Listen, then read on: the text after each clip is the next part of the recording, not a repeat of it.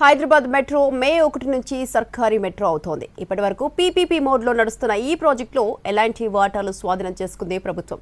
అలాగే metro rail నిర్వహణకు ఒక కమిటీని వేసింది. హైదరాబాద్ మెట్రో విషయంలో తెలంగాణ ప్రభుత్వం కీలక నిర్ణయం తీసుకుంది. ఇప్పటివరకు ప్రభుత్వ ప్రైవేట్ భాగస్వామ్యంలో నడుస్తున్న ఈ ప్రాజెక్టును పూర్తి స్థాయిలో టేకోవర్ చేసింది. ఈ నెల 30న 15,000 కోట్ల డీల్ పూర్తి చేయాలని నిర్ణయించింది. దీంతో మే 1 నుంచి ప్రభుత్వ నిర్వహణలోకి హైదరాబాద్ మెట్రో రైలు రానుంది. ఈ భారీ కొనుగోలుకు అవసరమైన నిధుల కోసం భారతీయ రైల్వే ఫైనాన్స్ కార్పొరేషన్ ఐఆర్ఎఫ్సి నుంచి 13,615 కోట్ల రుణాన్ని పొందేందుకు ప్రభుత్వం ఆమోదం తెలిపింది.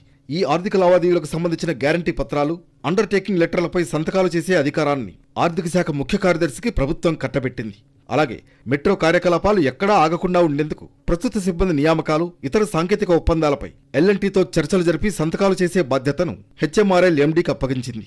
కేబినెట్ సబ్ కమిటీ సిఫార్సుల మేరకు ఈ ప్రతిపాదనలకు తుది ఆమోదం లభించింది. మెట్రో నిర్వహణ పూర్తిగా ప్రభుత్వ పరిధిలోకి వస్తుండటంతో పరిపాలన పరంగా కూడా కీలక మార్పులు జరిగాయి. ప్రభుత్వం కొత్త బోర్డ్ ఆఫ్ డైరెక్టర్లను నియమిస్తూ నిర్ణయం తీసుకుంది. తెలంగాణ ప్రభుత్వ ప్రధాన కార్యదర్శి కె రామకృష్ణారావును మెట్రో చైర్మన్ గా నియమించగా సర్ఫరాజ్ అహ్మద్ను మేనేజింగ్ డైరెక్టర్ గా కొనసాగించాలని ప్రభుత్వం నిశ్చయించింది. వీరితో పాటు మరికొంతమంది సీనియర్ ఐఏఎస్, ఐపీఎస్ అధికారులను డైరెక్టర్లుగా బోర్డులోకి తీసుకొచ్చింది. ఈ మార్పుల ద్వారా మెట్రో నిర్వహణలో పారదర్శకత పెంచడంతో పాటు భవిష్యత్తులో మెట్రో విస్తరణ, ఛార్జీల నియంత్రణ నేరుగా ప్రభుత్వం చేతుల్లోనే ఉండనుంది.